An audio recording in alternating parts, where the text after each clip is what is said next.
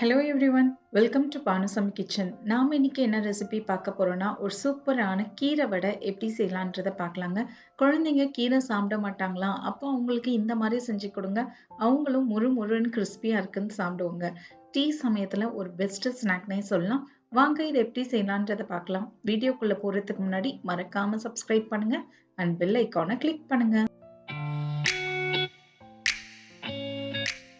First நம்ம பருப்பை ஊற வச்சு எடுத்துக்கணுங்க. நான் ஆல்ரெடி 1/4 கப்பு கடலைப்பருப்பை ஒரு 2 மணி நேரம் ஊற வச்சு எடுத்திருக்கேன்.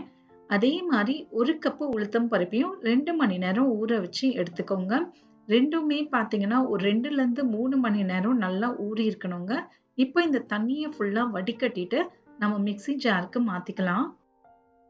இப்போ நாம இதுல கொஞ்சமா தண்ணியை ஊத்தி கொரகொரப்பா அரைச்சு எடுத்துட்டு வருங்க.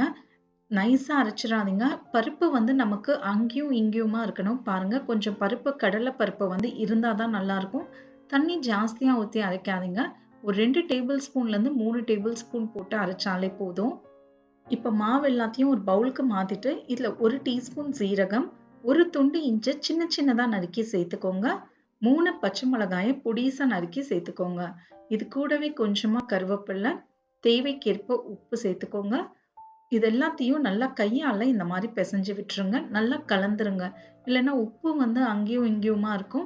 நல்லா இதை ஒரு நிமிஷம் கலந்துருங்க. இப்ப பாத்தீங்கன்னா நல்லா கலந்தாச்சு. இதுல ஒரு 2 கைப்பிடி அளவுக்கு நல்லா சுத்தம் பண்ணி கட் பண்ணி வச்சிருக்கிற கீரையை சேர்த்துக்கோங்க. நீங்க எந்த கீரை வேணாலும் சேர்க்கலாங்க. நான் இங்க அரைக்கீரையை சுத்தம் பண்ணிட்டு இதை கட் பண்ணி எடுத்துக்கோங்க. கீரையில கொஞ்சம் கூட தண்ணி இல்லாம பாத்துக்கோங்க. இல்லைன்னா வடை மாவு ரொம்ப தண்ணியா ஆயிடும். கீரையை கட் பண்ணிட்டு நல்லா தண்ணி முழுசா வடிகட்டிட்டு அதுக்கப்புறம் சேர்த்துக்கோங்க. சிறுகீரை, அரைக்கீரை, பாலக்கீரை இந்த எந்த கீரை வேணாலும் சேர்க்கலாங்க. இப்ப பாத்தீங்கன்னா நல்லா கலந்தாச்சு. தண்ணி இல்லாம இந்த மாதிரி திக்கா இருக்கணுங்க மாவு.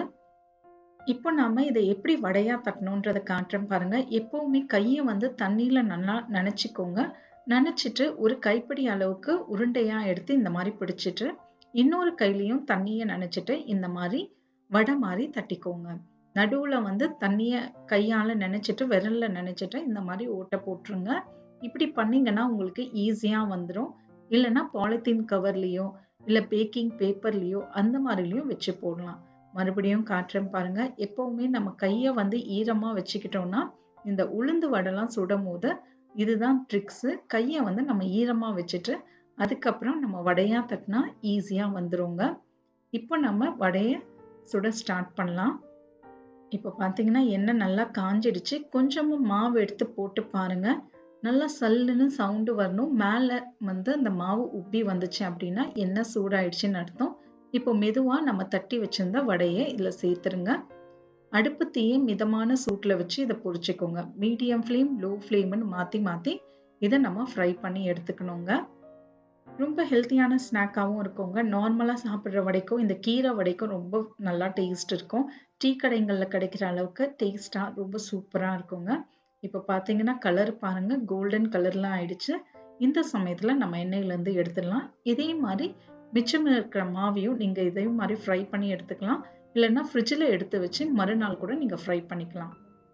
அவ்வளவுதாங்க, சூப்பரான முறுமுறுன்னு நம்ம டீ கடைகள்ல கிடைக்கிற கீரை வடை ரெடி ஆயாச்சு.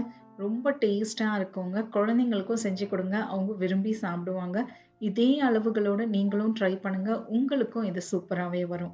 இந்த வீடியோ பிடிச்சிருந்தா லைக் பண்ணுங்க, ஷேர் பண்ணுங்க அண்ட் மறக்காம சப்ஸ்கிரைப் பட்டனை கிளிக் பண்ண மறக்காதீங்க. தேங்க்யூ ஃபார் வாட்சிங்.